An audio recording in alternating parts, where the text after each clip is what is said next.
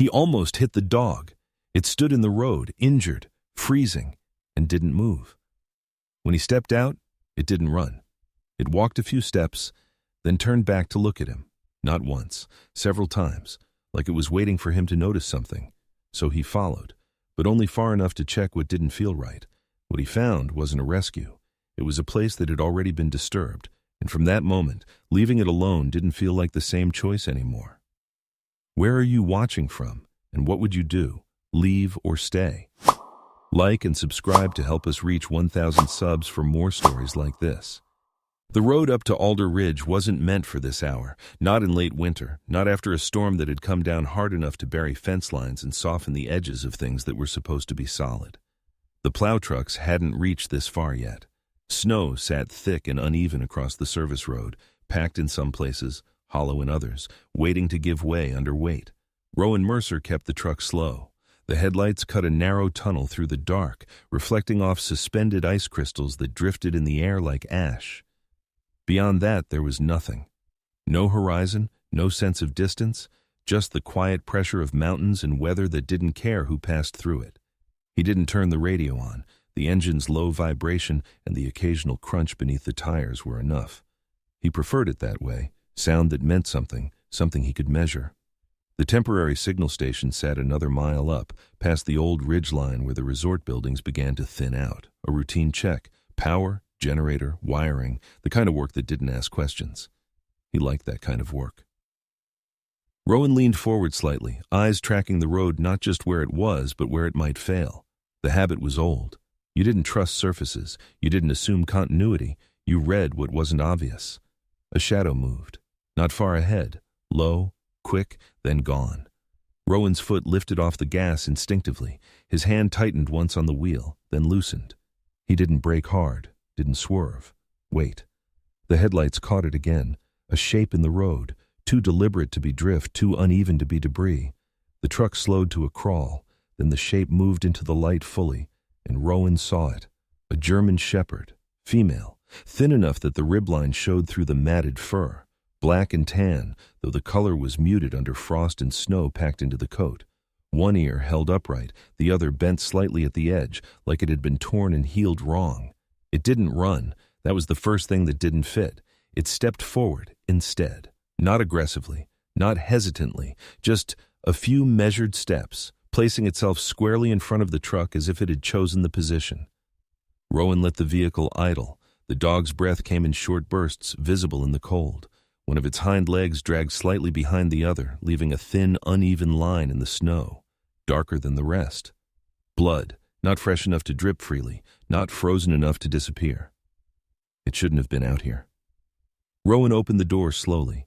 The wind pressed in immediately, sharp and dry, carrying the smell of cold metal and pine buried under ice. He stepped down, boots sinking just enough to test the ground. His eyes stayed on the dog. "Hey," he said. His voice didn't carry far. The air swallowed it. The dog didn't respond to the word, but it watched him. Not the way a stray watched a human, with fear or hunger, but with a kind of narrow focus that felt almost deliberate. Rowan didn't reach for it. He stayed where he was, weight balanced, hands visible, posture neutral. No sudden movements, no assumptions. The dog took 2 steps back, then turned. It moved a short distance down the side of the road, stopped, and looked over its shoulder. Not long, just enough. Then it moved again. Rowan didn't follow immediately. He watched the pattern repeat. Step, stop, look. Not random, not frantic, structured. He exhaled once, slow. "You're not lost," he muttered. The dog paused again, farther this time. The wind picked up, sweeping loose snow across the ground in thin, shifting sheets that erased tracks almost as quickly as they were made. Rowan glanced up the road. The station could wait. He stepped off the packed tire path and into the deeper snow, boots sinking mid-calf this time. The cold crept through the leather quickly, biting at the edges. "All right," he said quietly. "Show me where you keep stopping." He didn't close the distance all at once. He let the dog set the pace. Each time it moved, he moved. Each time it stopped, he stopped. The terrain shifted as they left the main road. The snow grew uneven, broken by buried debris and the outlines of structures half consumed by the storm. The resort's outer buildings, storage units, old cabins, places that had been empty long enough that the snow didn't just cover them, it claimed them. The dog angled toward one of the smaller structures. Its roof partially collapsed inward under the weight of the storm. A service shed, maybe. Something auxiliary, not meant for guests. Rowan slowed. He didn't like the look of it. The front edge of the roof sagged unevenly, the support beams likely compromised. Snow had drifted high along one side, pressing inward. If it shifted again. He stopped a few feet short of the entrance. The dog didn't go in. It circled once, then moved toward the side wall instead, lower, closer to where the structure met the ground. It scratched once at the snow, not frantic, just a single motion. Then it stepped back. Rowan crouched carefully, testing the ground with the toe of his boot before committing weight. The surface held, but barely. He reached down and brushed away a thin layer of snow with his gloved hand. Wood. Splintered. Old. Below that, something harder, concrete. That didn't belong in a simple shed. He shifted slightly, scanning the structure again. The floor had been reinforced at some point, not recently. Another sweep of the hand. The snow gave way to a shallow depression, subtle enough that it would disappear under fresh accumulation, the kind of thing you wouldn't notice unless you were looking for differences, not shapes. Rowan leaned closer. The beam of his flashlight cut across the surface, catching on something embedded in the crack, a strip of dark fabric, oilcloth. It was wedged tight, partially frozen into place. Next to it, just visible beneath the edge of the concrete, was a dull metallic corner, something rectangular, not natural to the structure. Rowan didn't touch it, not yet. He shifted his weight again, testing the ground. A faint creak answered from somewhere above. The roof adjusted under its own weight, snow sliding an inch, maybe two, unstable. He exhaled slowly, backing away one step, then another. "Not here," he said under his breath. The dog watched him. Its body was still trembling, not just from cold, but from strain. The injured leg shook when it tried to bear weight. Rowan looked from the dog to the exposed edge of metal, then back again. The place had been disturbed before the storm. That much was clear. Not freshly, not in the last day or two, but not forgotten either. The kind of disturbance that came from someone trying to cover something without the time or the authority to do it properly. He straightened. "We're not digging in this," he said, more to himself than to the dog. The dog didn't move. It didn't try to return to the spot. It simply held its position, facing the structure, as if waiting for something that wasn't going to happen tonight. That was the moment. Not when he saw the metal, not when he noticed the depression, but now, standing in the cold with the wind pressing through the broken edges of the building and the dog choosing not to go closer. Rowan made a decision he didn't bother to dress up. "All right," he said quietly. "You're coming with me." He stepped closer this time, slower than before. The dog didn't retreat. It tensed, muscles tightening under the matted fur, eyes fixed on his hands. Rowan crouched again, lowering himself until he was closer to its level. He didn't reach immediately.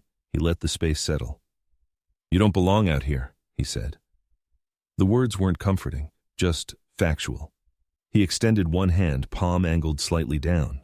The dog watched it. Seconds passed, wind, breath, the faint creak of shifting wood behind them. Then, carefully, the dog allowed the distance to close, not by stepping forward, but by not stepping back. That was enough. Rowan moved in, quick and controlled, one arm sliding under the chest, the other supporting the hindquarters while avoiding the injured leg. The dog stiffened, a low sound building in its throat, not quite a growl, more a warning of possibility. "I know," Rowan murmured. "I know."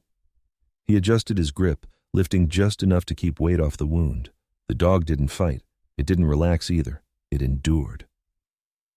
Rowan turned back toward the road, boots sinking deeper now under the added weight. The wind had shifted, blowing harder across the open stretch, carrying loose snow that stung against exposed skin. Behind him, the shed stood silent again. The small patch of exposed concrete already beginning to disappear under fresh drift. By the time he reached the truck, his shoulders were tight, his hands numb despite the gloves. He opened the passenger door and set the dog inside, easing it onto the seat. "Stay," he said. The word meant nothing to it, but it didn't try to leave. It lay there, breathing hard, eyes still tracking the direction they had come from. Rowan closed the door and walked around to the driver's side. He paused once before getting in, just to glance back. The road had already started to erase itself.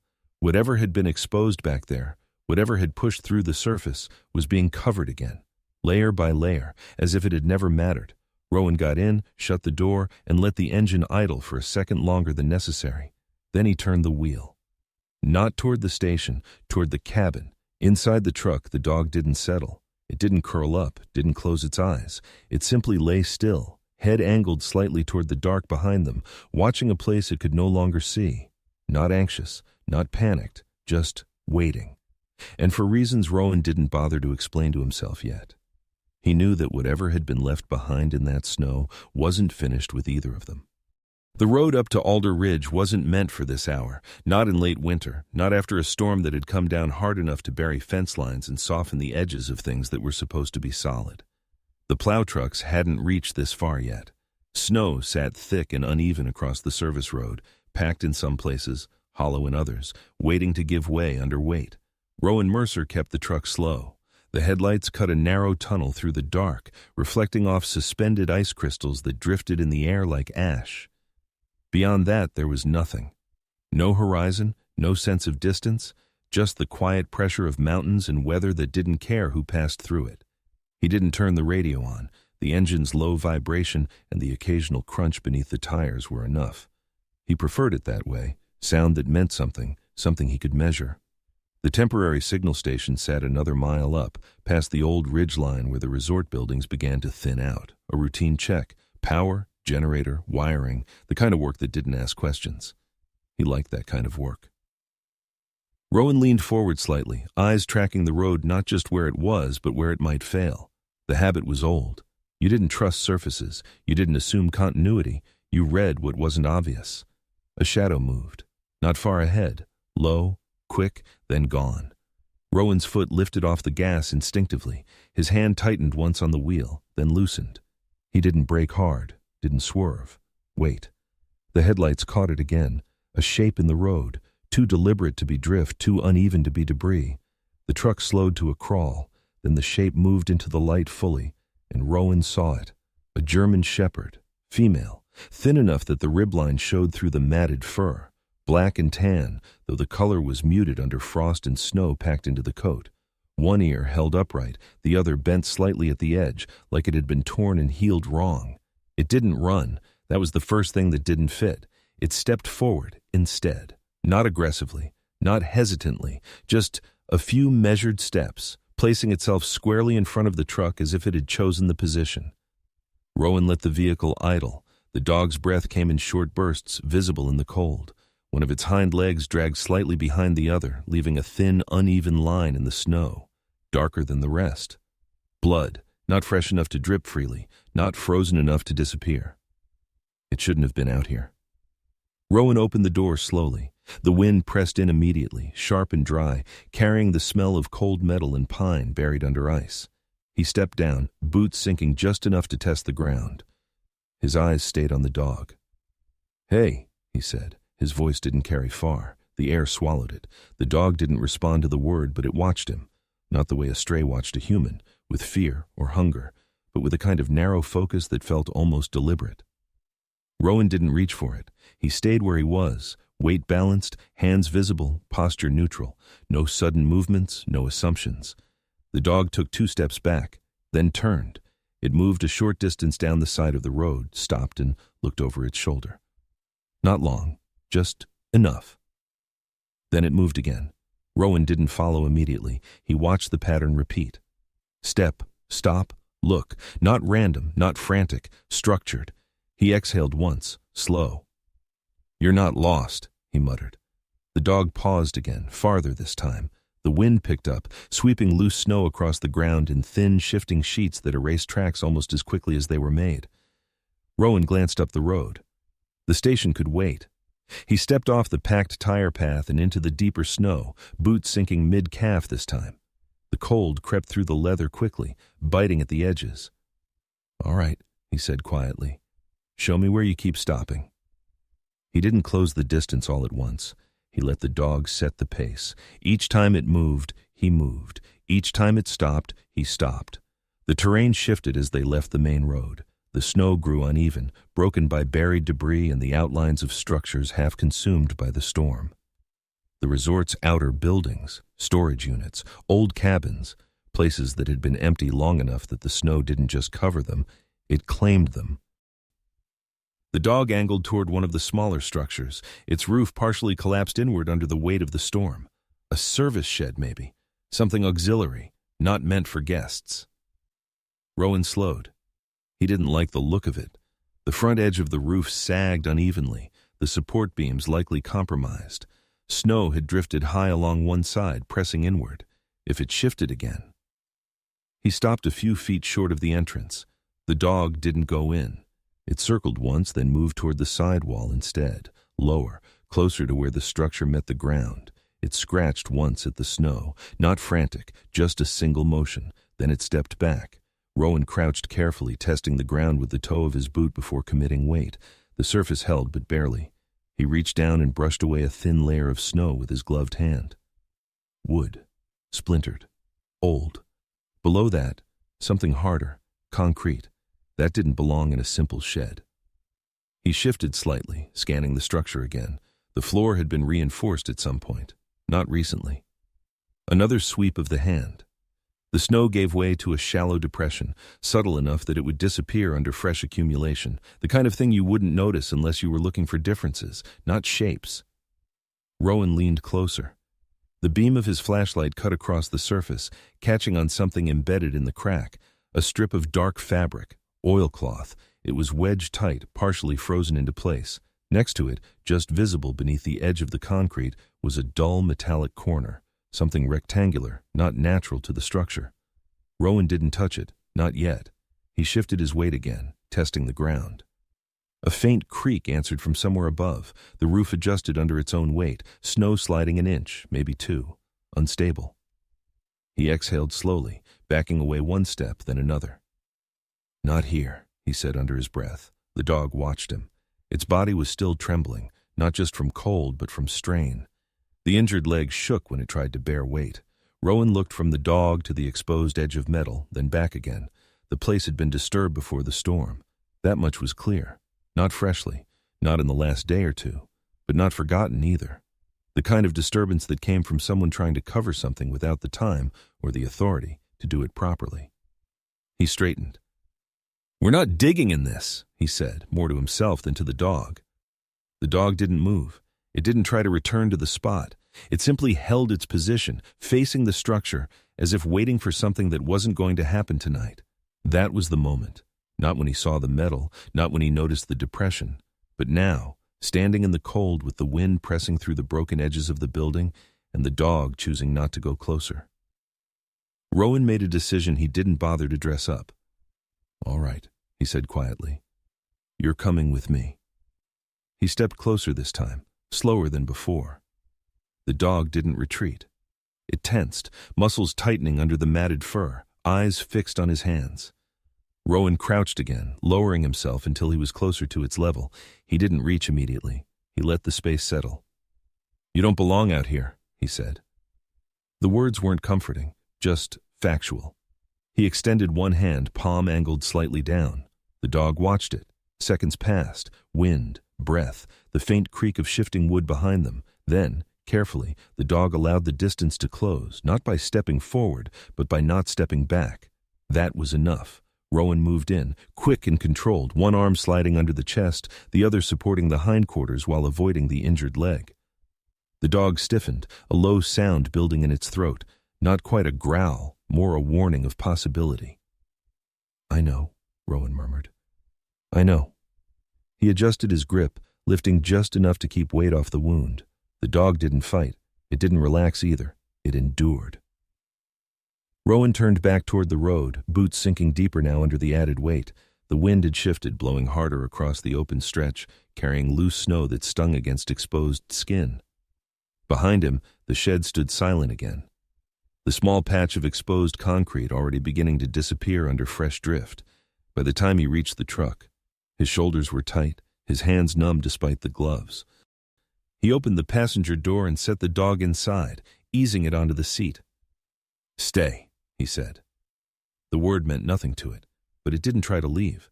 It lay there, breathing hard, eyes still tracking the direction they had come from. Rowan closed the door and walked around to the driver's side. He paused once before getting in, just to glance back. The road had already started to erase itself. Whatever had been exposed back there, whatever had pushed through the surface, was being covered again, layer by layer, as if it had never mattered. Rowan got in, shut the door, and let the engine idle for a second longer than necessary. Then he turned the wheel. Not toward the station, toward the cabin. Inside the truck, the dog didn't settle. It didn't curl up, didn't close its eyes. It simply lay still, head angled slightly toward the dark behind them, watching a place it could no longer see. Not anxious, not panicked, just waiting. And for reasons Rowan didn't bother to explain to himself yet. He knew that whatever had been left behind in that snow wasn't finished with either of them. Morning came thin and pale over Alder Ridge, the kind of mountain light that made everything look cleaner than it was. From the outside, Rowan's temporary cabin seemed almost peaceful beneath the weight of old snow. The storm had moved east during the night, leaving a brittle blue sky and a silence that felt less like rest than aftermath. Ice clung to the railing in blunt white ridges. The pines beyond the clearing stood motionless, dark and vertical against the bright slope. Somewhere far below, a plow truck growled along the lower service road, too distant to matter. Inside, the air still smelled of damp wool, engine grease, and wood smoke. Rowan had slept in short fragments on the chair by the stove, boots half unlaced, one hand resting too close to the pistol lockbox out of habit rather than need. Every time he'd opened his eyes, the dog had been there. On the blanket he'd dragged near the heat, body rigid even in exhaustion, head up more often than down. He had given it water first, then time, then a shallow bowl of broth he'd thinned with warm water and left within reach. It had taken the water. It had ignored the broth until sometime before dawn, when Rowan had heard the quiet scrape of metal against the floorboards and known without turning that it had finally given in to hunger. Now the dog stood by the door. Not pacing, not whining, just standing there with its weight shifted unevenly off the injured hind leg, staring at the narrow seam of light under the threshold. Rowan pulled on his jacket and watched it for a moment. "You look terrible," he said. The dog didn't move. He crouched a little to inspect the wound again before they left. The tear along the rear leg was ugly in daylight, more than a scrape, less than a mangling. It had bled enough to stain the matted fur, but the flow had slowed overnight. Snow and cold had done part of the work that medicine should have. He didn't like that fact, but he respected it. Nature kept things alive sometimes through methods that would have counted as cruelty anywhere else. The collar was old brown leather, darkened by weather and long use.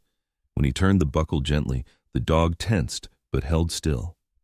Attached to the ring was a small, flat metal tag, not the usual kind stamped with a name and phone number. This one was plain except for a shallow marking that had to be tilted toward the window to read. A -17, not a pet tag, not something bought at a hardware store engraving machine between bags of feed and snow shovels. Rowan let the collar fall back into place. "All right," he said. "Vet first."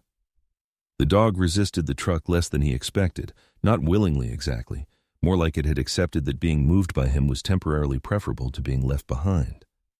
Rowan lifted carefully, mindful of the leg, and the dog endured him in the same way it had endured the night, without trust, without panic, without surrender. The veterinary clinic sat near the edge of the lower access road, past a shuttered bait shop and a gas station that looked perpetually one broken sign away from closing for good. Bright Hollow Veterinary was a narrow, white-sided building with frost gathered at the corners of its windows and a hand-painted sign that had survived too many winters. It wasn't much to look at, but the parking area had been plowed, and that counted for competence. Inside, warmth hit fast and dry. The front room smelled faintly of antiseptic, coffee, and animals that had recently been frightened. A woman came through from the back when Rowan pushed in the door with his shoulder. She was in her late 30s maybe, with a compact steadiness that made her seem taller than she was. Her hair, light brown, almost dark blonde where the sun had worked on it, was tied back low, though a few loose strands had escaped and curled near her temple. She wore a pale cream medical coat over a gray turtleneck, jeans, and practical boots that had seen enough mud and salt to stop caring about polish. Her face was tired in an honest way, not dramatic, just used. Her eyes moved to the dog first, then the blood, then Rowan. "Table," she said, already turning. "If she can't jump, don't ask her to." No wasted sympathy. Rowan appreciated that immediately. "She won't jump," he said. The dog braced when he lifted her again, and a low warning rose in her throat, but the sound faded once he got her onto the exam table. Not because she trusted the room, because she was too disciplined or too depleted to waste energy on fear she couldn't spend. The veterinarian pulled on gloves and stepped in close with the calm of someone who knew exactly how much confidence to borrow on behalf of other living things. "I'm Lena Hart," she said, not looking up yet. "How long has she been bleeding?" "Not sure. I found her last night." "Found her where?" "Near the Ridge Service Road, upper buildings." That made Lena glance up. Her hands stayed gentle, efficient, parting fur, testing the edge of the wound, checking for heat and swelling. The dog's eyes stayed fixed on her face with hard amber concentration. "Upper buildings," Lena repeated. "There shouldn't be anything alive up there that isn't on a work roster." Apparently there was.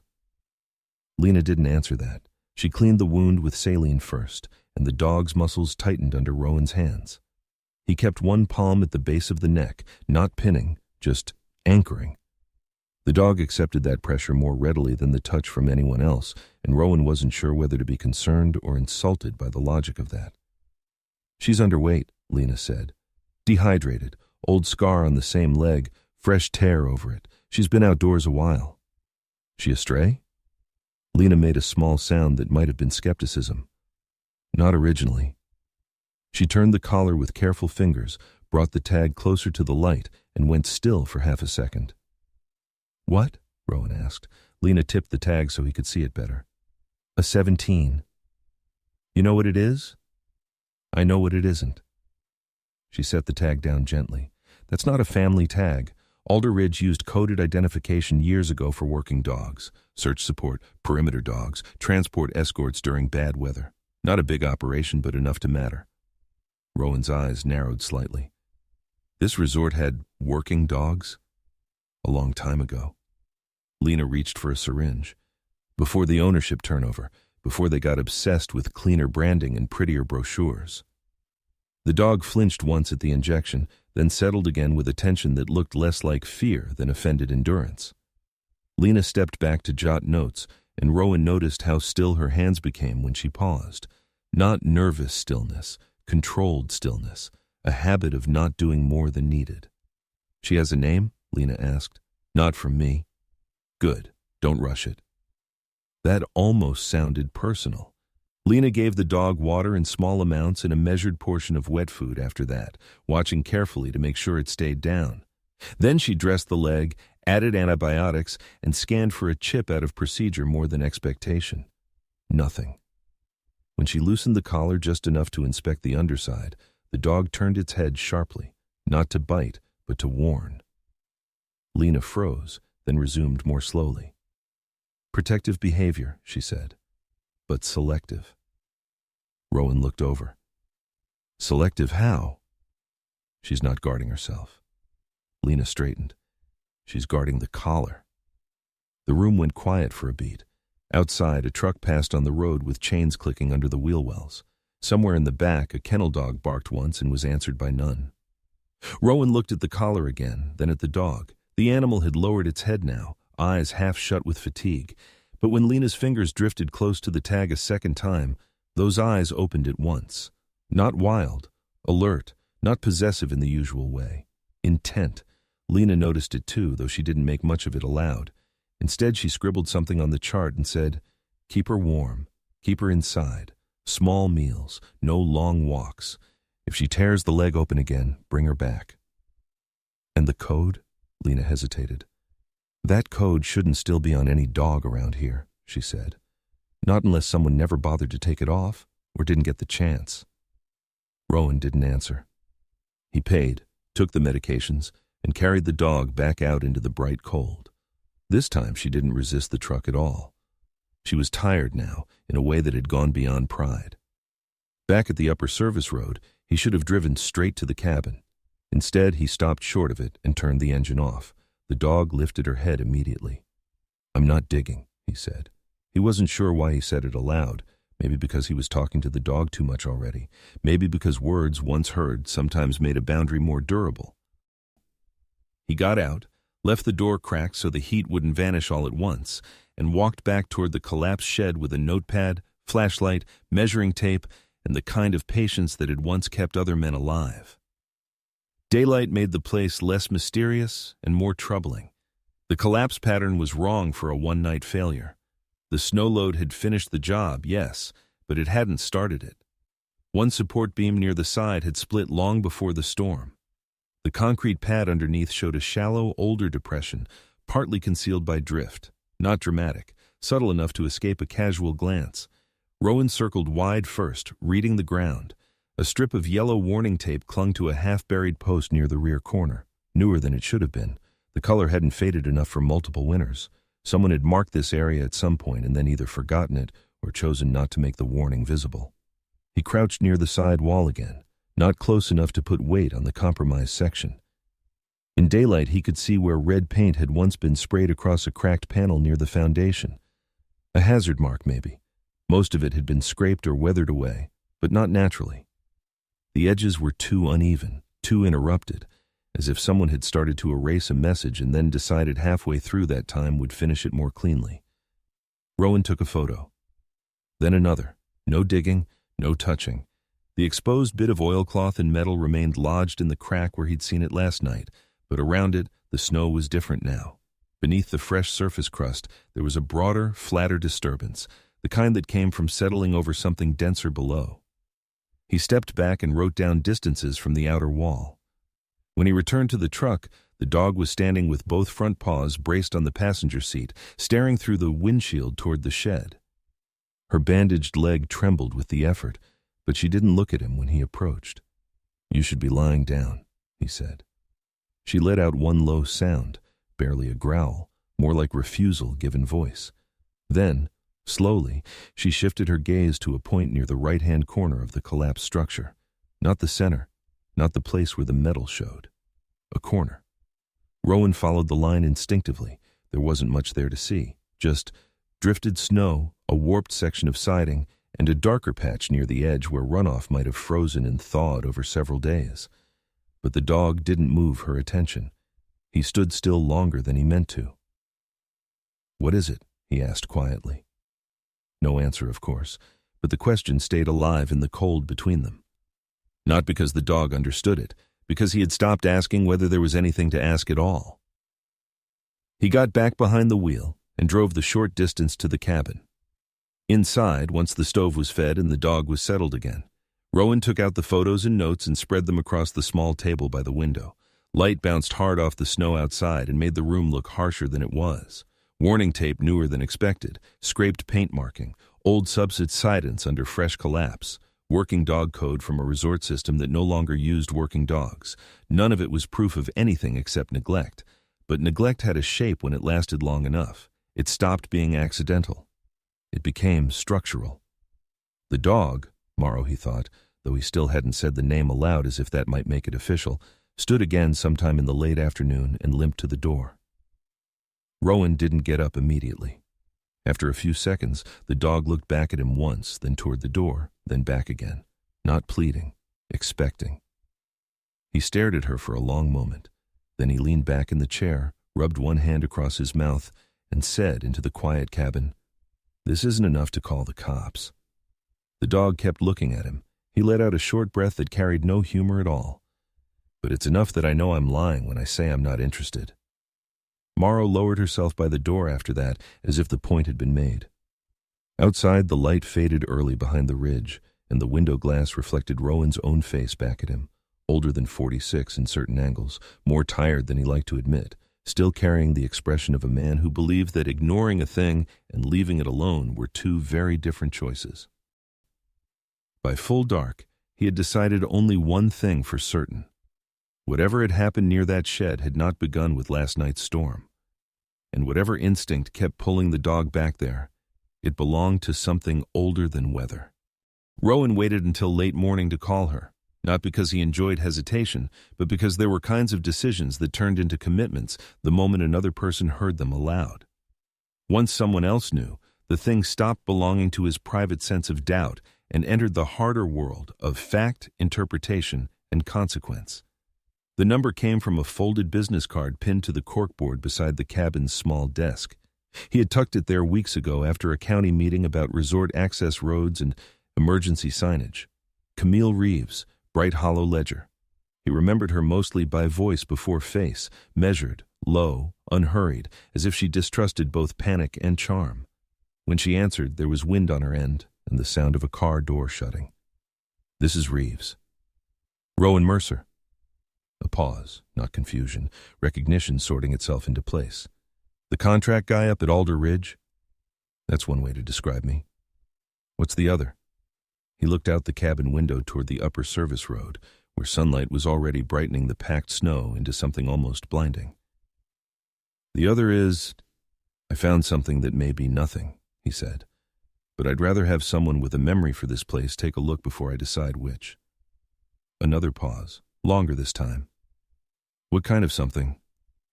"Old working dog tag, coded." Lena Hart recognized it. Camille exhaled softly through her nose. "That's not a normal call." "No. Are you asking me as a reporter?" "I'm asking you as someone who used to work communications for the lodge before the turnover." That earned him silence of a different kind. He hadn't guessed that detail. He had heard it once in the unfinished way information traveled through mountain towns, half gossip, half local archive. Enough to try. Finally, she said, "Text me the location." When she arrived 40 minutes later, she came in a dust-coated Subaru wagon with a cracked left fog light and a rear hatch that didn't quite seal properly. The vehicle looked like it had survived a long career of bad roads and reluctant budgets. Camille stepped out wearing a dark field coat over a charcoal sweater, jeans tucked into low boots, and gloves she pulled off with her teeth before stuffing them into one pocket. She was taller than Rowan expected, or maybe she simply carried herself in a way that claimed vertical space. Her black hair brushed the collar of her coat, loose despite the wind, and a narrow scar near her right temple caught the light only when she turned her head. Her face had sharp lines without looking severe. She didn't waste expressions. Her eyes, deep brown and steady, went first to Rowan, then to the cabin door, then beyond him toward the line of service buildings. "You look like a man about to ask a favor he doesn't want on record," she said. "That depends on what you think a favor is." "I think a favor is when a man wants information without the part where information starts costing him." Rowan almost smiled. "Then maybe I'm not asking a favor." That seemed to satisfy her enough to keep walking. Inside the cabin, Morrow was lying near the stove with her bandaged legs stretched awkwardly to one side. The dog rose as Camille entered, not with barking or a show of threat, but with a deliberate, silent readiness that changed the room immediately. Camille stopped 2 steps in. "That's not a stray," she said. "That's been established." "Not what I mean." She crouched slightly, not too low, not reaching. Morrow stared at her without blinking. "Working dogs look at people like they're measuring what kind of problem they are," Camille said quietly. "Pets look for permission. This one doesn't." Rowan watched both of them. "You knew the dog units up here?" "I knew there used to be some, mostly from old press packets and archived event photos. Avalanche drills, search training, winter safety campaigns." She stood again. Alder Ridge liked selling itself as rugged but responsible. Dogs helped that image. Rowan handed her the photograph of the collar tag and then the notes from the shed. Camille read without comment, but something in her jaw tightened when she saw the code. "A 17, she said. "The old system used lettered groups. A team was maintenance support and perimeter work, if I remember right. They phased it out before the rebrand." "Why?" "Because investors preferred clean stories." She gave the paper back. "Rescue dogs sound noble. Working security dogs make families imagine liability." They walked to the collapsed shed without saying much more. The sky had cleared fully now, and the brightness off the snow flattened distance in strange ways. Objects looked nearer than they were. Sound carried too cleanly. Rowan had marked the unstable area that morning with spare stakes and high-visibility tape from his truck kit, widening the boundary rather than narrowing it. No heroics, no shortcuts. Camille noticed immediately. "You did this properly." "I did it like I didn't want to get killed by old lumber and bad decisions." Refreshing. He handed her a hard hat from the back of the truck. She took it without making a joke about it, which told him something useful about her. At the edge of the compromised slab, Rowan used the probe pole first, then the flat bar.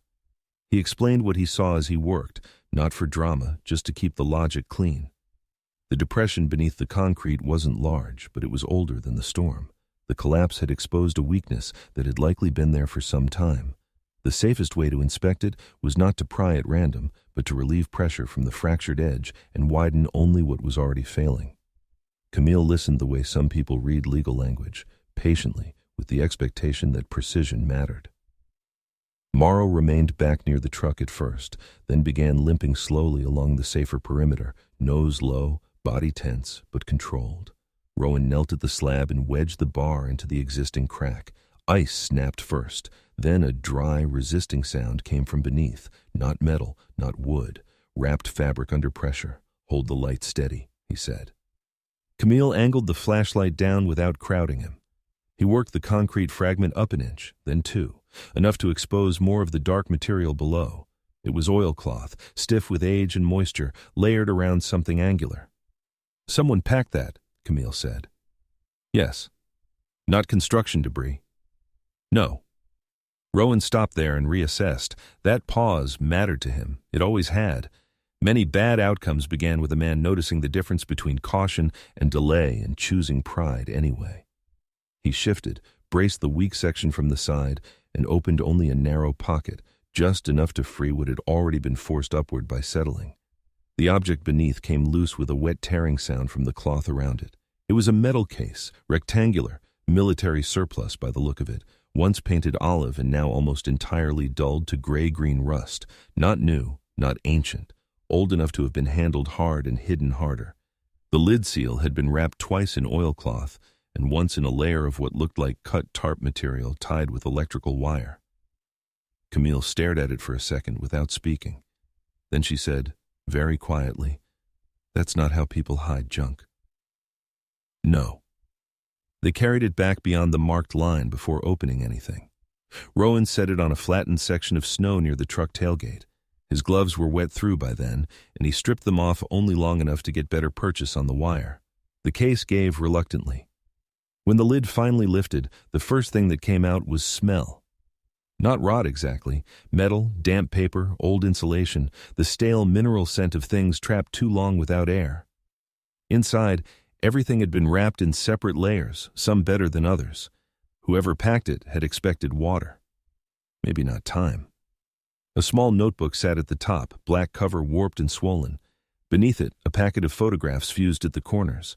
A plastic sleeve containing an employee card, an external hard drive, older model, rubberized casing cracked on one edge. And under that, nestled in cloth like something breakable, a handheld gas detector with its screen spidered from impact. Camille picked up the ID first. The photograph had blurred slightly, but the name was clear enough. Evan Cross, maintenance technician, Alder Ridge Lodge. The badge lanyard clip had rusted orange. Rowan felt the strange stillness that sometimes came when uncertainty condensed into shape. Not resolution, not understanding, just the end of speculation in one direction. "A real person," Camille said. He looked at her. "Was that in question?" "No," she said, "but towns get better at forgetting than they admit." She lifted the notebook carefully. Several pages had fused together. Others came apart only at the edges, ink feathered into blue-gray ghosts where water had touched it. Still, there were fragments, dates, equipment notations, pressure readings, short, cramped lines written by someone used to jotting things while standing up. One line remained clear enough to read without guessing. "South wall vent still leaking. Told Pike we should shut section down." Another, half lost, "Pad sinking again. No one wants delay." This close to opening, Camille did not say anything at first. Her face didn't change much, but her breathing did. A subtle catch, then correction. "You know the name?" Rowan asked. She nodded once. "I know of him." "From when?" "From before the lodge changed hands. Maintenance people don't show up in brochures, but they show up in internal apologies." She turned the badge over in her fingers. The official line was he quit suddenly. People leave badges and notebooks buried under concrete when they quit? Camille looked at him over the top edge of the case. You called me because you already knew the answer to that. Before Rowan could reply, Morrow moved. The dog had been standing several feet away, watching with that hard, contained focus of hers. Now she limped forward faster than Rowan liked, ignoring the leg, nose working the air. She didn't go for the badge or the notebook. She went straight to the gas detector. Her entire body changed around it. Not frantic, not confused. She lowered her head until her nose touched the cracked casing, then inhaled, once, sharply. Her ears tilted forward.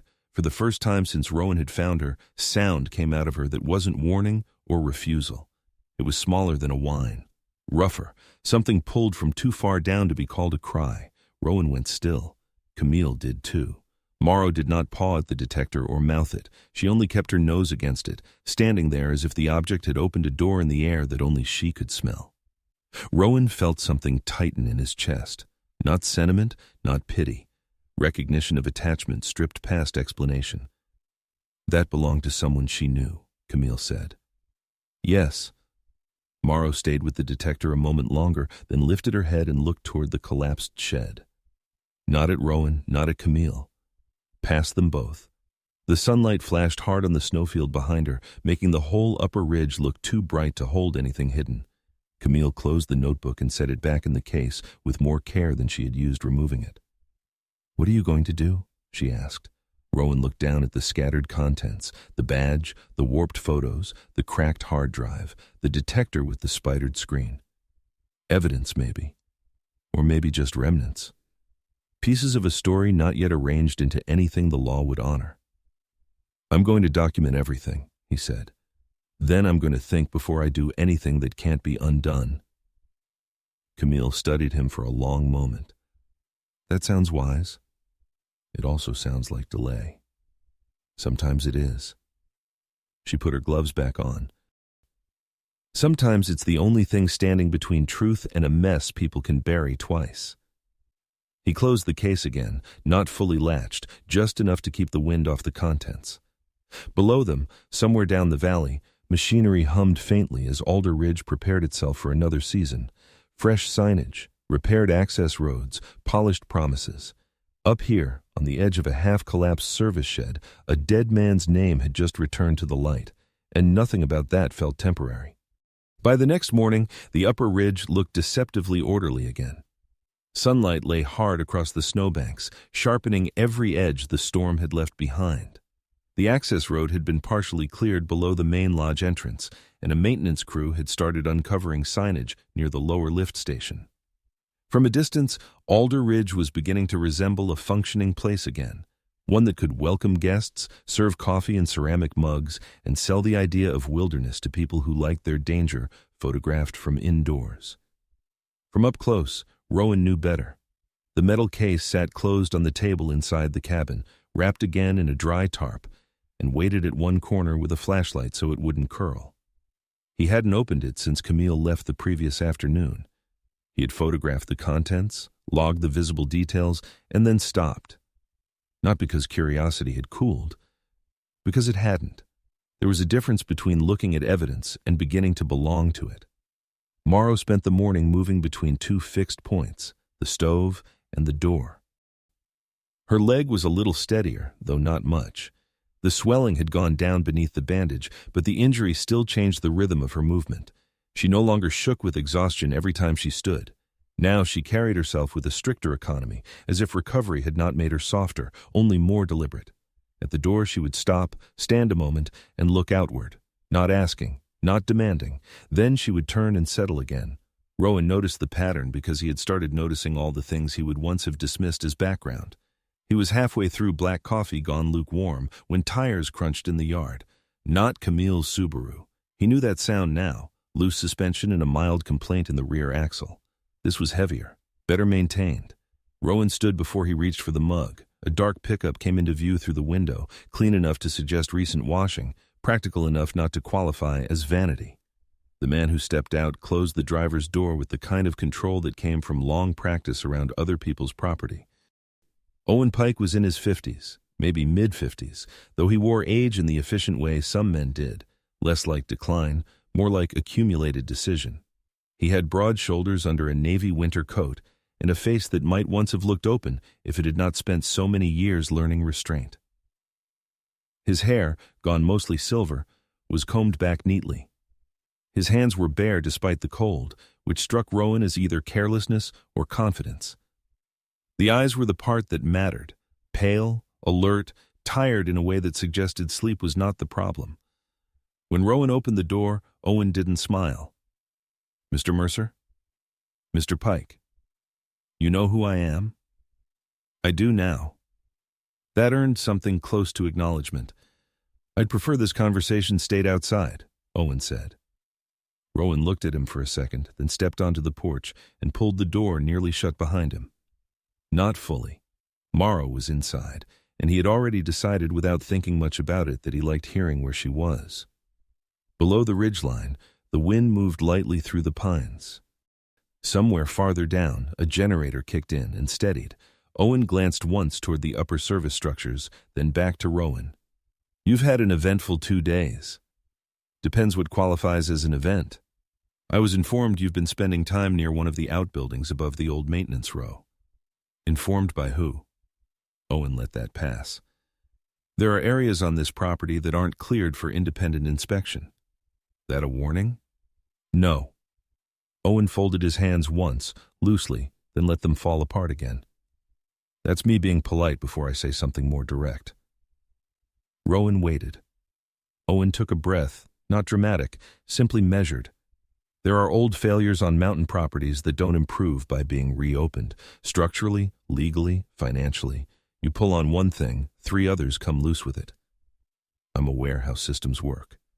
"I'm not sure you are," Owen said, still calm. "Not these systems." The easy version of the exchange would have been anger. Rowan felt none. Irritation, yes. Suspicion, certainly.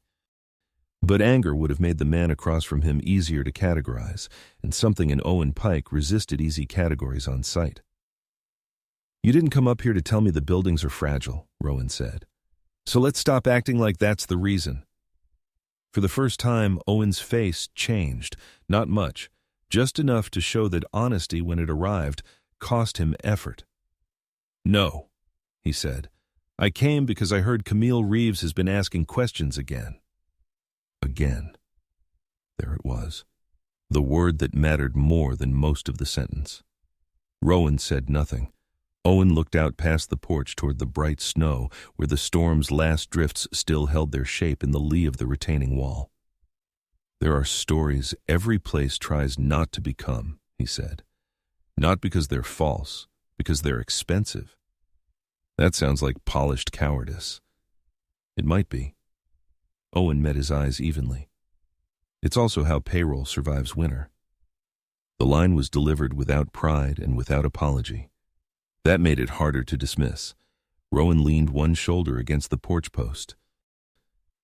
"You knew about Evan Cross." Owen's gaze shifted once, briefly, not away but lower, a man recalculating what had already been guessed. "I knew the report that followed his disappearance." Disappearance. That was the word used. "Not by you?" "By the time it reached me, the wording was already in place." That answer had been prepared, but not polished. Rowan could tell the difference. "And you left it there?" Owen's jaw set for half a second. The lodge was changing ownership. Insurance was unstable. The winter accounts were already thin. One prolonged investigation, one negligence finding, one shutdown order. Do you know what that does to a place like this? "To a place?" Rowan said. "Or to the people signing papers for it?" A quieter man might have flinched from that. Owen didn't. He only looked older for a moment. "It does both," he said. "That's the part people like to simplify. They imagine corruption as something clean. One villain, one check signed in a dark room. Real damage is usually more ordinary than that. It's a series of people deciding not today, not like this. Not if it destroys everything else." Rowan thought of the metal case on his table, of the warped notebook, of a gas detector wrapped as carefully as if the person hiding it believed the future might still deserve the truth. "And did it save everything else?" he asked. Owen did not answer immediately. That silence was answer enough. From inside the cabin came the faint scrape of claws on wood. Morrow had gotten up. Rowan didn't turn toward the sound. Owen did, just slightly. "That the dog?" he asked. "Yes." "The one from up there?" "Yes." Owen looked at the door as if it were something he had hoped not to confirm. "I remember when they phased the dogs out," he said. "The brochures got brighter after that." The sentence landed strangely, not as strategy, as memory. A gust of wind lifted powdered snow from the rail and sent it spinning off the porch edge. Owen watched it go. Then he said, "There are things buried in old resorts that aren't bodies, Mr. Mercer. Deferred maintenance, insurance fraud, labor disputes, missing invoices, promises made to investors who preferred scenery to truth. If you drag one dead thing into daylight, you may not get to choose what else comes with it." Rowan let that sit between them. "And you came here," he said at last, "because you think I'll put it back." Owen's mouth thinned, though not with anger. "I came here because I think you're temporary." That was a cleaner wound than Rowan expected, perhaps because it was true. His contract at Alder Ridge was exactly that, temporary. Power systems, safety checks, access coordination, a narrow lane of responsibility with a clear finish line, enough money to keep him moving, enough distance to keep him unentangled. "You finish your work," Owen continued, "you get paid, and this mountain becomes someone else's problem. That is not a moral failure. It's a life." Rowan stared at him. There it was, the real offer. Not money, not threat, permission to remain a man who passed through. Inside the cabin, Morrow scratched once at the door, then stopped. Owen heard that too. "You found a dog," he said. "That doesn't make you caretaker of every mistake that happened before you arrived." "No," Rowan said, "just the one I'm standing next to." Owen's expression did not harden. If anything, it thinned into something more tired. "I wasn't the man who wrote the first report," he said. "I was the man who inherited it, along with a property on the verge of collapse and staff already choosing which bills not to pay. I told myself reopening cleanly would help everyone more than tearing backward into one old winter." He lifted a hand slightly, then let it drop. "Maybe I told myself that because it was useful." That was as close to confession as Rowan had heard from anyone in a long time. Owen left a minute later without asking to come inside and without trying to turn the conversation softer than it was. At the truck he paused, one hand on the door.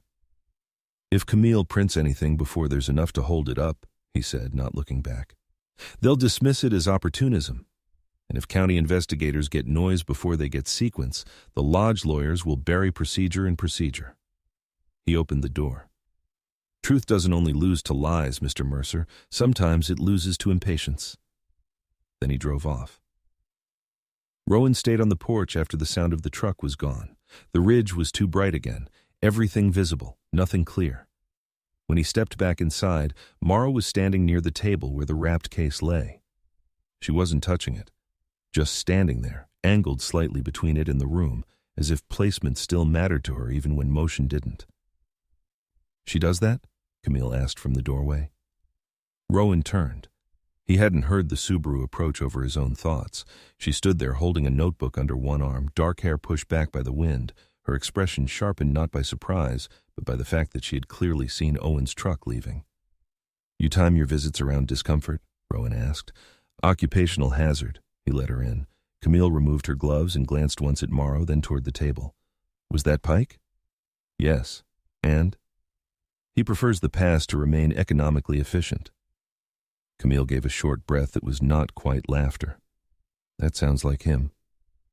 She didn't sit right away. Instead, she walked to the window, looked out toward the upper structures, then said, "When I worked communications for the lodge, things used to vanish in stages, not in dramatic ways. A mention removed from a press line, a maintenance incident that never made the monthly summary, an employee no longer listed in a seasonal profile." She rested one hand against the window frame. "I told myself I handled messaging, not decisions. That true?" It was convenient. The answer came without self-defense. That made it heavier. Rowan leaned against the stove, arms folded loosely. "Why say that now?" "Because you need to understand I'm not speaking from some clean, moral hilltop." She turned then. "I saw names disappear. I saw concern reworded into confidence. I stayed because I needed the job, and because needing the job felt more respectable than calling myself a coward. The room fell still after that.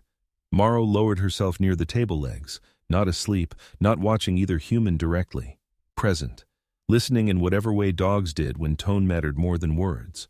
Camille glanced down at her, and then back to Rowan. Lena knew something was wrong too, she said. Not facts, just the shape of it. People talk differently around a missing man than around one who quit. She would have heard that. But she didn't act. On what? Camille asked quietly. Suspicion? Mountain gossip? A feeling that adults were editing their sentences too carefully? She shook her head once. That's the cruelty of it. Silence makes everyone feel prudent until years pass and prudence starts looking like complicity. Rowan looked at the tarp-wrapped case on the table. A job he could finish. A road he could take down the mountain, money wired on time, a truck packed in under an hour. Or this, not heroism, not, say, destiny, just the slow, tightening knowledge that walking away and being innocent were no longer the same thing.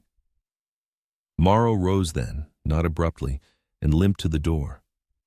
She stood there a moment, facing outward. Then she looked back at Rowan, not urging him, not pleading, only repeating the same unfinished direction she had held since the first night. Camille saw it, but to her credit she didn't romanticize it. She's not asking for justice, she said. No, Rowan replied. She just keeps returning to the last place where something stopped making sense. He looked at the dog, then at the bright, indifferent ridge beyond the window. And for the first time since he'd come to Alder Ridge on contract, the choice in front of him stopped feeling like a professional inconvenience and started feeling like the kind of line a man later used to explain himself. Either honestly or not at all. He didn't answer it yet, but by the time the light faded from white to steel at the edge of the mountain, Rowan knew one thing with uncomfortable clarity. Leaving safely was still possible. Leaving cleanly was not. The hard drive did not go to a lab. It went to a man above a tire shop in Belmar who repaired old consoles, salvaged wedding photos from drowned laptops, and once, according to Camille, recovered 6 years of tax records from a machine a restaurant owner had dropped into a fryer by mistake. His name was Caleb Dunn, and he had the kind of face that looked unfinished unless a monitor was lighting it from below. Rowan drove down with the drive wrapped in a padded tool cloth and the notebook sealed in a zippered document sleeve. Camille rode with him, quiet for most of the descent, one hand resting over her own notes as if paper might still matter more if it stayed close to the body. Morrow remained at the cabin with water, heat, and strict instructions she had not agreed to.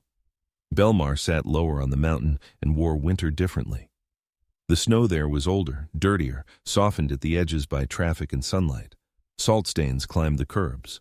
Storefront windows were streaked where melting runoff had dried and frozen again. Life looked less dramatic and more expensive. Caleb's workspace was above the tire shop in 2 connected rooms that smelled faintly of solder, burnt dust, and stale coffee.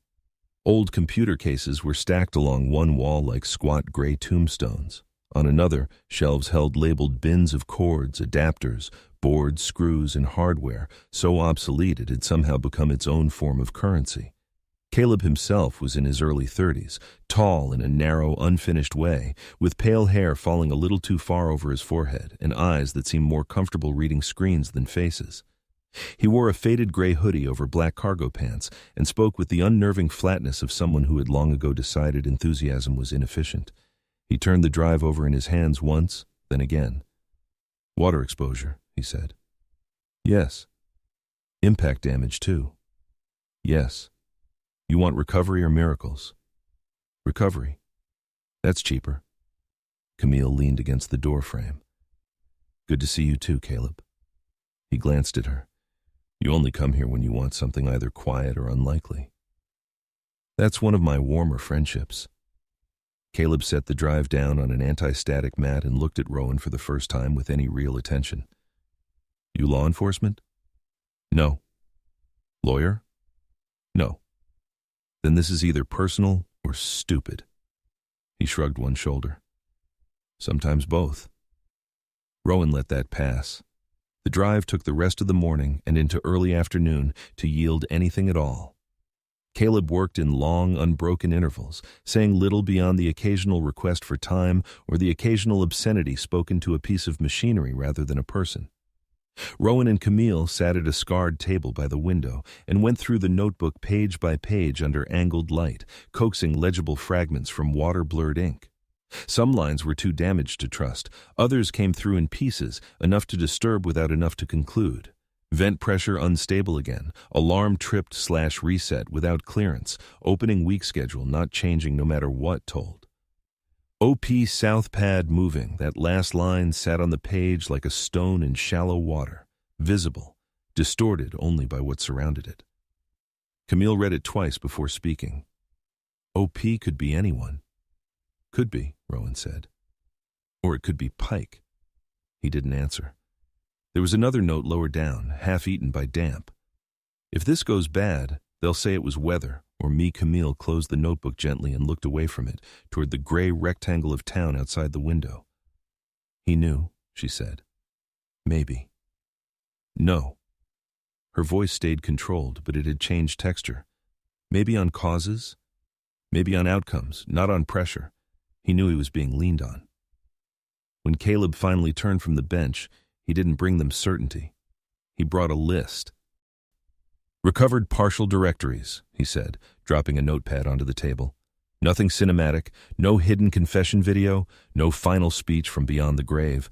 Mostly internal operations files, timestamp logs, 3 images that are damaged but visible, and a set of emails that someone tried to delete badly. He slid the first printout across to Rowan. The email header was intact enough.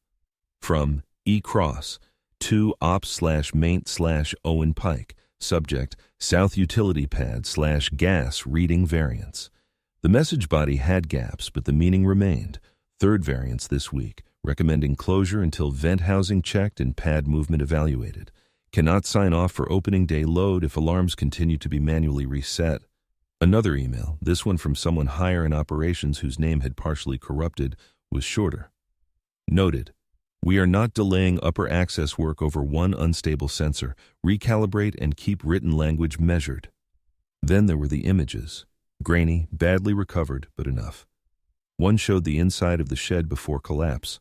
Wall paneling removed in sections, pipes visible, a portable detector held up near the south vent line. Another showed a close view of the concrete pad with a chalk mark circling a shallow crack. The third was the hardest to read, but once Rowan saw it, he could not unsee it. A handwritten time log photographed in poor light, with 2 entries overtyped or altered later. The original times ghosted faintly underneath. Caleb tapped the sheet with one fingertip. These weren't just edited. They were overwritten after the fact. Can you prove that? Rowan asked. I can say the file history doesn't match the display timestamps. I can say somebody was cleaning sequence. I cannot put a villain in a chair under a lamp for you. That's fine, Rowan said. It usually isn't. Rowan gathered the papers slowly. The information did not resolve anything. It did something worse. It made the disorder more organized.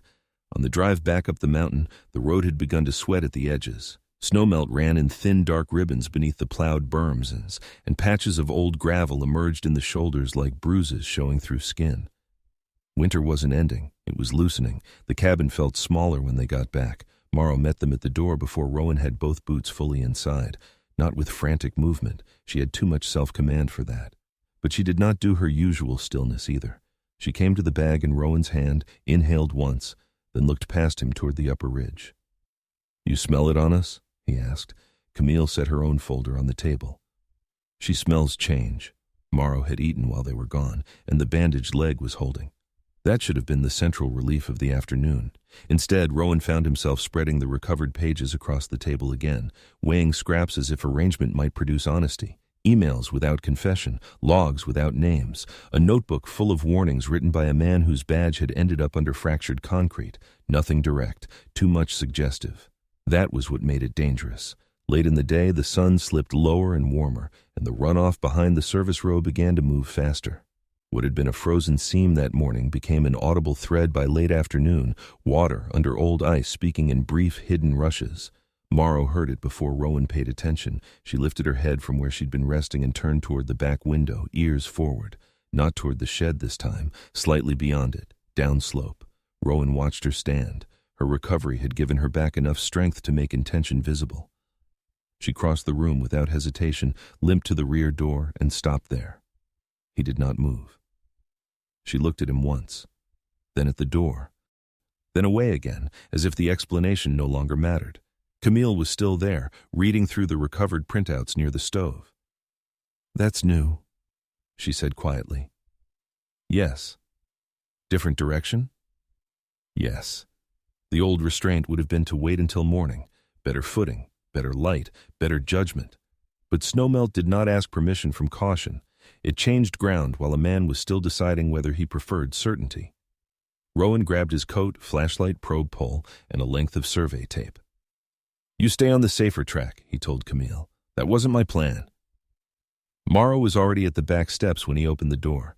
The land behind the shed sloped toward a narrow drainage run that fed a shallow creek in the warmer months and froze into layered silence most winters. Now the surface was breaking in places.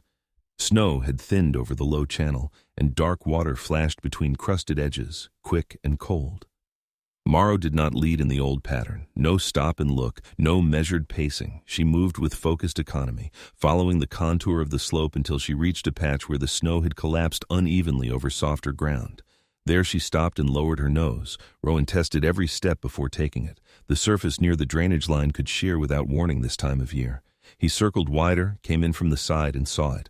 A wooden stake cut square at the top, rotting at the exposed end. Not driven recently. Not part of the current resort markers. Too low, too crude, too close to the drainage edge. Half of it had only become visible because the meltwater had eaten away the snowpack around it. Camille came up carefully behind him and crouched a few feet back. "That's not county survey wood." "No." Morrow shifted left, sniffed again, then pawed once at a patch of slush-darkened crust.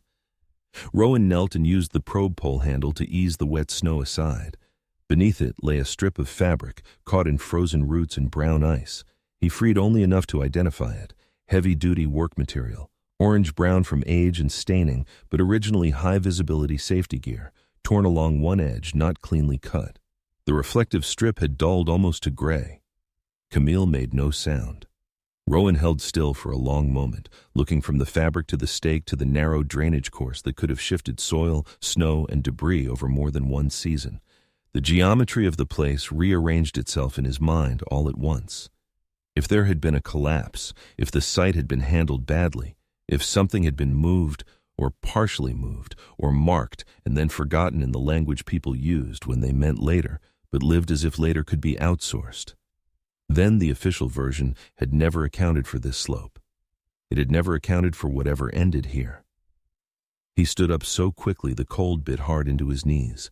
Camille rose too. "Rowan." He looked back toward the shed, the service row, the bright, false calm of the ridge above them. This was no longer a bundle of suspicious remnants, no longer a dead man's warning stored in a case. The mountain itself had started returning what paper had tried to smooth over. When he spoke, his voice was flatter than before, cleaner. "This doesn't stay private now." Camille held his gaze for a second and nodded once. There was no excitement in her face, no reporter's hunger. Only the grave steadiness of someone who knew that crossing a threshold often looked less dramatic than it felt. "You sure?" He looked down again at the stake, the fabric, the meltwater moving darkly under the broken edge of snow. "No," he said.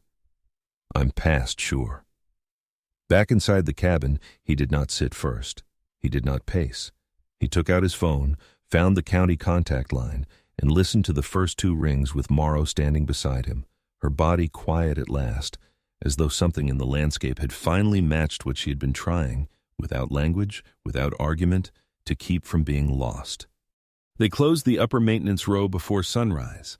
By 7:30, the county trucks were already in place, angled across the service road with light bars flashing in a muted amber rhythm that looked strangely soft against the snow. No sirens, no rush. Just barriers, tape, clipboards, radios, boots, and the kind of cold that made even official voices sound quieter than usual. Rowan stood a little back from the marked perimeter with his hands in the pockets of his jacket and Moreau at his side.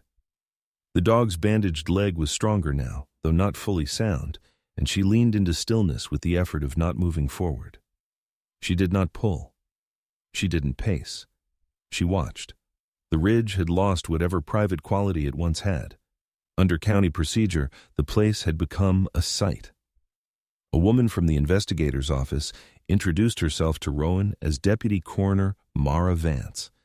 She was in her 40s, broad-faced, compact, and unsentimental, with dark hair braided tight beneath a wool cap and the sort of direct gaze that suggested she had spent years in rooms where other people preferred euphemism.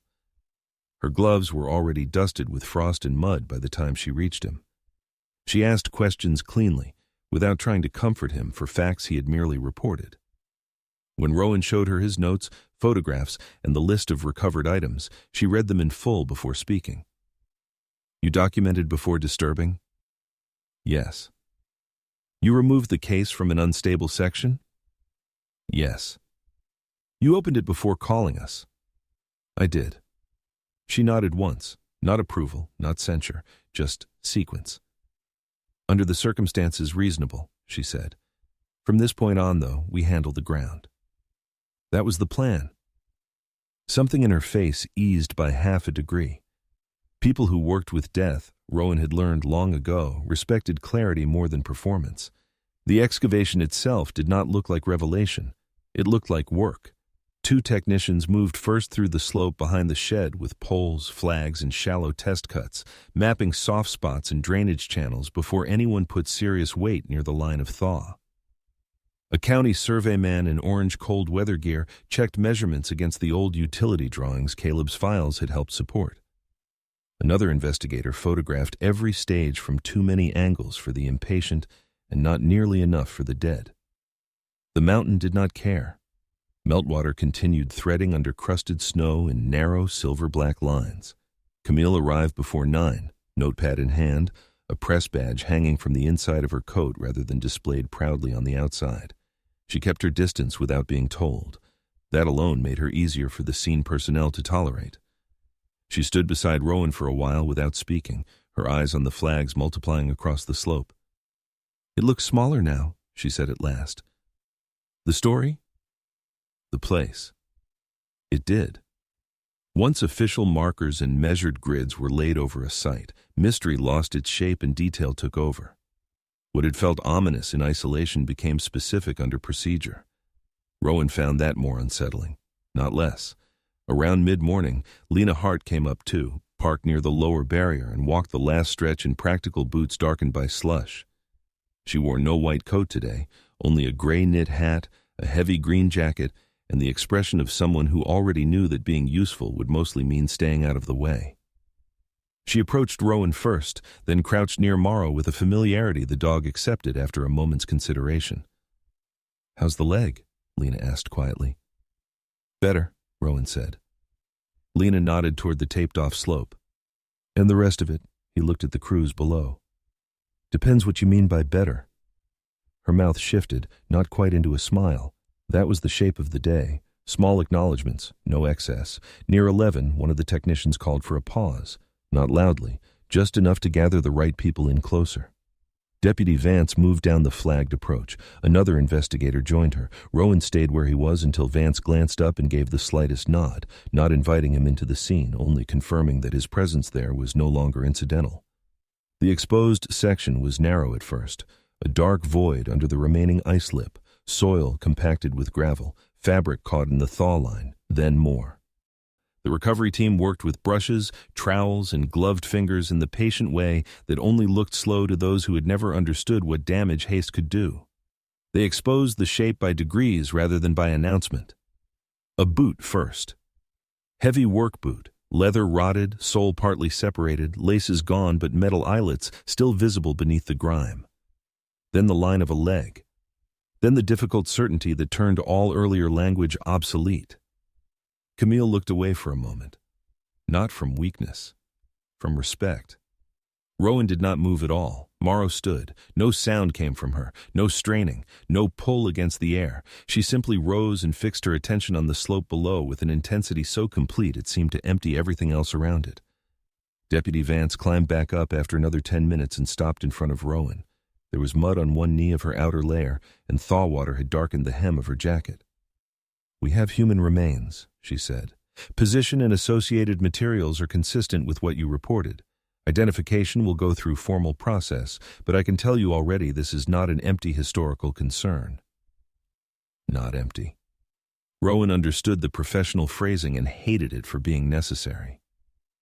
"What else?" he asked.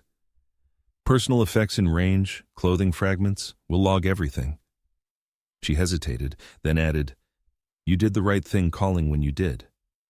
He nodded once. Downslope, the work continued. There was no dramatic uncovering of a body preserved in ice, no theatrical confrontation with the past, just an incremental return. Fabric, bone, metal, placement, relationship, probability becoming record. The sort of truth that had to be built carefully enough to survive lawyers, grief, memory, and time. By early afternoon, a cluster of items had been tented and numbered near the recovery tarp. Rowan recognized the general shape of some before the log was read aloud nearby. A corroded keyring, part of a utility belt buckle, a watch face shattered inward, and a name patch so weathered it might have been mistaken for trash if not for the letters still clinging faintly in thread. Cross. That was the moment Camille took one step back and put her pen down. Not because she had stopped being a reporter, because for one instant she was only a witness. Owen Pike arrived just after 1. No one had summoned him in any visible way, but men like Owen learned quickly where damage gathered. He came on foot from the lower road, coat buttoned high, face pale from cold and lack of sleep rather than surprise. He stopped at the perimeter tape and waited until Deputy Vance crossed to him. They spoke quietly. She did not move the tape for him. After a minute, Owen asked to speak with Rowan. This time there was no porch, no private courtesy of one man approaching another on his own terms. They stood off to the side of the access track with investigators, county staff, and half a mountain's worth of consequence within sight. Owen kept his voice low. "I asked legal about reopening the file 3 years ago," he said. Rowan said nothing. They advised against it unless new physical evidence emerged. I let that answer do what I wanted it to do. Which was? End the question without my having to say I was the one ending it. The honesty was thinner now, stripped of explanation. Better for being uglier. "You could have pushed," Rowan said. "Yes, but you didn't." "No." Below them, a camera shutter clicked in repeated bursts. Somewhere near the trucks, a radio cracked with a location code and went silent again. Owen looked toward the slope, not dramatically, just because looking anywhere else would have been ridiculous. "When you run a place like this," he said, "you start confusing continuity with virtue. Payroll, suppliers, repairs, bookings, insurance renewals, staff housing. You tell yourself keeping all that alive is a moral act. Sometimes it is. Sometimes it just gives you better words for cowardice." Rowan thought of the emails. Keep written language measured, not lies exactly. Pressure translated into administrative tone until no one had to own the full weight of it. Owen drew a slow breath through the cold. "I didn't kill him," he said. "I know. But I helped time bury him." That landed harder than denial would have. Camille published that evening. Not the full story. There couldn't be one yet, not until official identification and county statements were complete. But the first piece went live on the Bright Hollow Ledger site before sunset and in print by morning. Rowan read it later at the cabin with wet boots by the stove and Morrow lying nearer to the door than the fire. Camille's language did not rage. It did something more durable.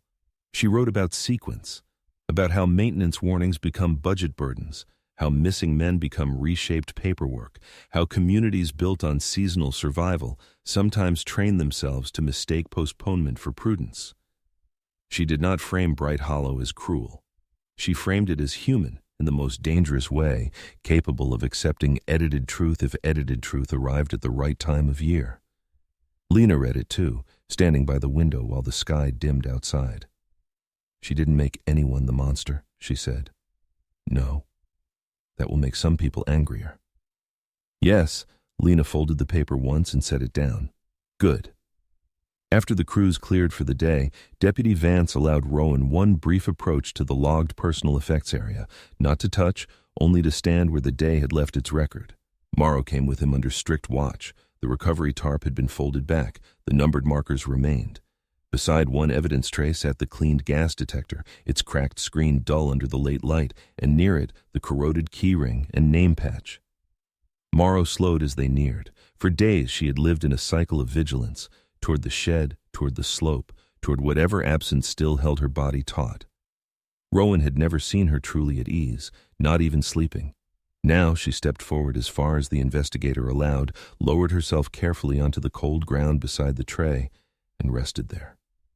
No whine, no pawing, no restless scanning of the perimeter. She laid her head down between her front paws and looked at the objects once, then no longer needed to. The stillness that came over her was not exhaustion. It was completion. Rowan felt it before he understood it, a loosening. Not in himself at first, but in the shape of the world around this dog. The loop that had governed her since he found her in the road had finally closed, not because justice had been done, that was too large a word for any single afternoon, but because the place where memory had snagged and held had now been named, marked, and witnessed by more than one living creature. Lena stood a few paces behind him, saying nothing. Camille did not write that moment down.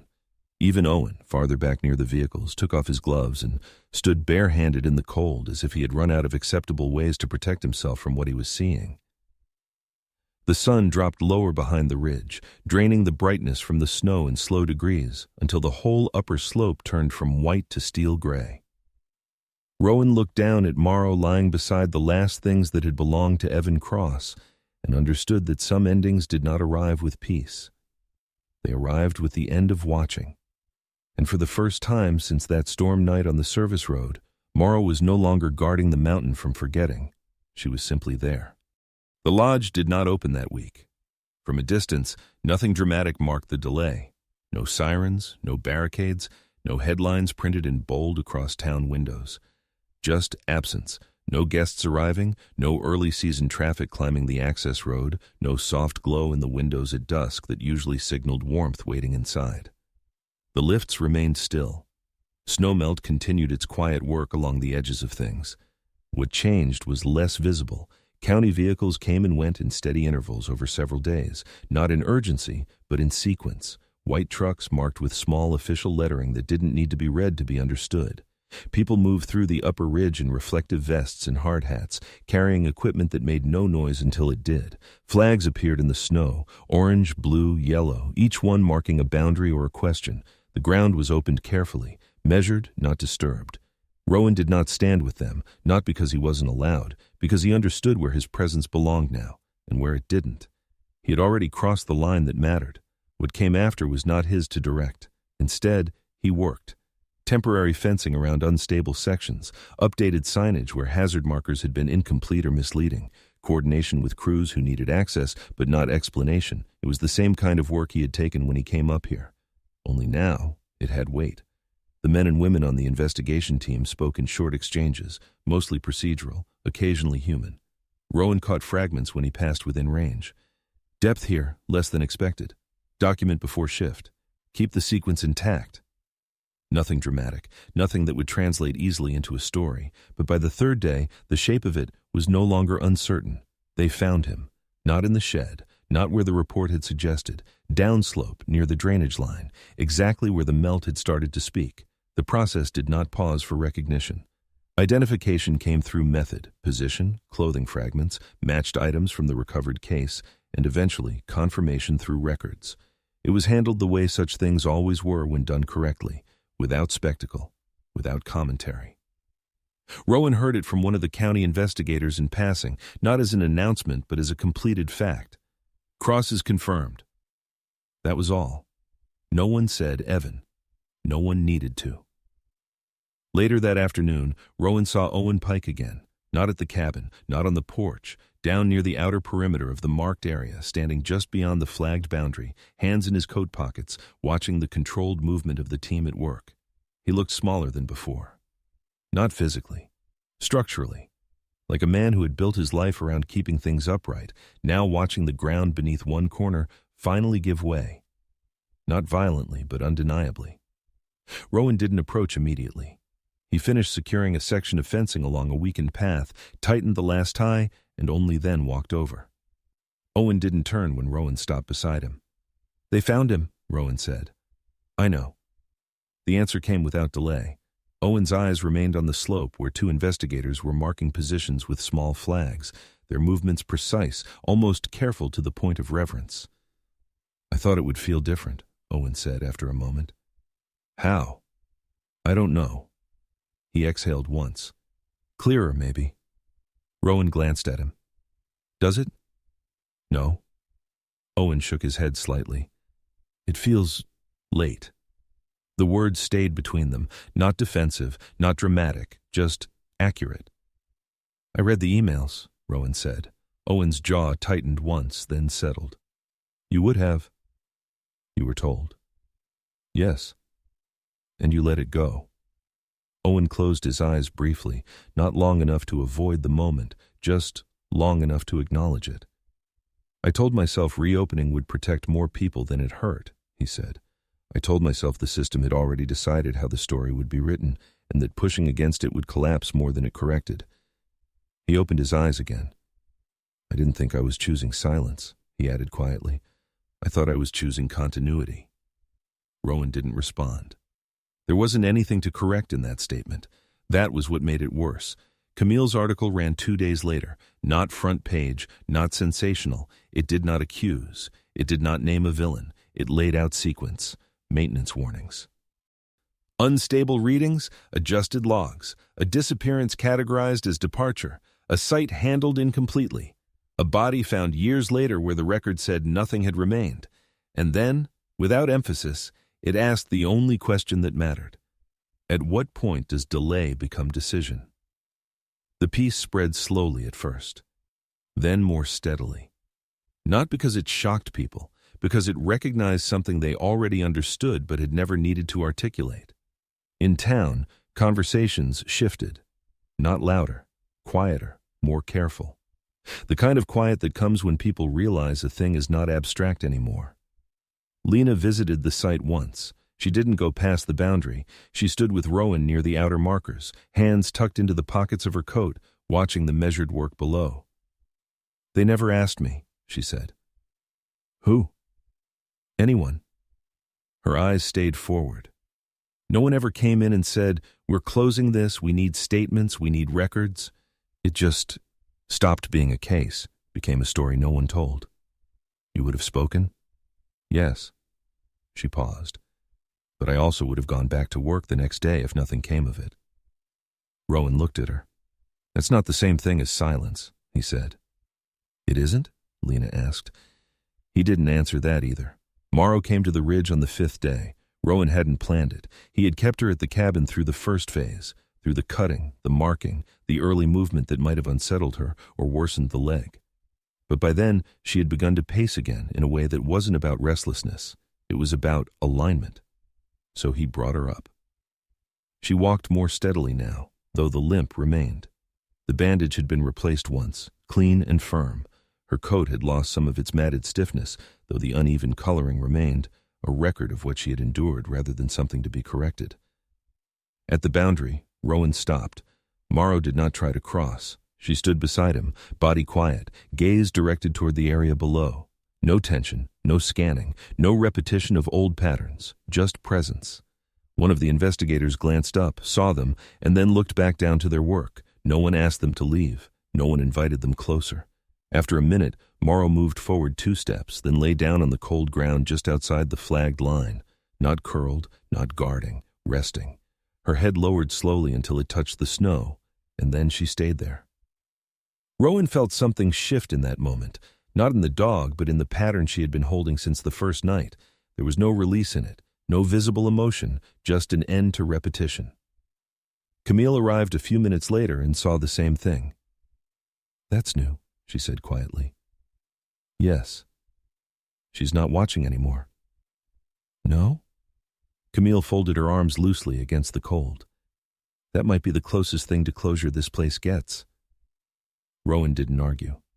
The offer came the next morning. An email first, then a call. A larger contract, better pay, a longer-term position managing safety operations for a resort group expanding further west, structured work, clear advancement, distance from Alder Ridge, both geographically and professionally. The kind of opportunity people didn't question. Rowan listened through the details, asked the necessary questions, and gave the expected non-answers that kept the door open. "I'll need a day," he said. "You have until the end of the week," the voice on the other end replied. "We'd like to move quickly." Of course they would. Efficiency was always easier when nothing complicated the decision. He didn't tell Camille right away. Didn't tell Lena either. He didn't need their input. That wasn't what this was. Instead, he spent the day working the same perimeter he had worked before, checking lines, adjusting markers, walking the edges where structure met uncertainty. The work had not changed. Only the context. Late afternoon light settled over the ridge, softer now, carrying a hint of the season turning. Snowmelt had widened the dark lines in the ground, and patches of earth showed through in places where weeks ago there had been nothing but white. When Rowan returned to the cabin, Morrow followed without hesitation. Inside, she moved to her usual place near the stove, then paused, as if recalculating something that no longer required effort. Rowan set his gloves on the table. The room felt different. Not lighter. Defined.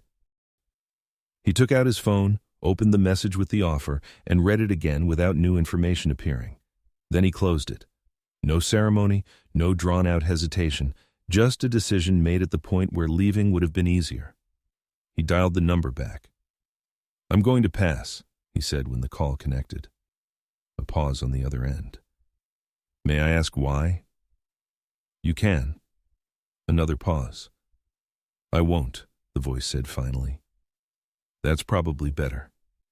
He ended the call and set the phone down. Morrow watched him once, briefly, then lowered her head. No reaction, no acknowledgement. That was right.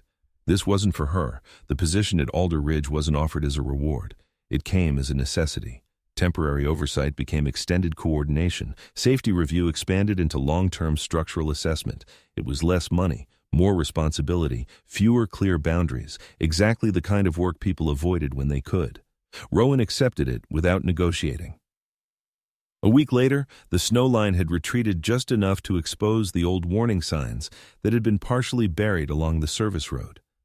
Rust along the edges, faded lettering, markers that had once been meant to prevent exactly what had happened. Rowan replaced them where they stood, not new signs, the old ones, cleaned, reset, made visible again. On the cabin porch that evening, he set down 2 bowls, one near the door, one a few feet out where the snow had melted to reveal the first patch of ground. He filled both with water. Not as a gesture, as a habit he had decided to keep. Morrow stepped out beside him, paused, then drank from the closer bowl without hesitation. When she finished, she did not return immediately inside. She stood there, looking out over the ridge, not toward the shed, not toward the slope, but across the open space where the mountain began to show itself again beneath the retreating winter. No urgency, no unfinished direction, just stillness. Behind them, inside the cabin, the table was clear. The case had been turned over, the pages copied, the objects logged, nothing hidden, nothing waiting. For the first time since Rowan had come up to Alder Ridge, the place did not feel like something he was passing through. It felt like something that would remain, with or without him. And for reasons that did not need explanation, he chose to remain with it. Some truths aren't hidden by darkness. They're buried by decisions we make to keep things running. In this story, no one set out to do something evil. But small choices, delay, silence, compromise, slowly turned into something that couldn't be undone. And in the end, it took one person willing to stop walking past it, to bring it back into the light. In our own lives, we may not face something this heavy, but we all have moments where we know what's right and still feel the pull to look away. That quiet moment matters more than we think. If this story stayed with you, share your thoughts below. And if you believe stories like this matter, consider subscribing so we can keep telling them. May you have the courage to face what others avoid, and the peace that comes from choosing what is right even when it costs.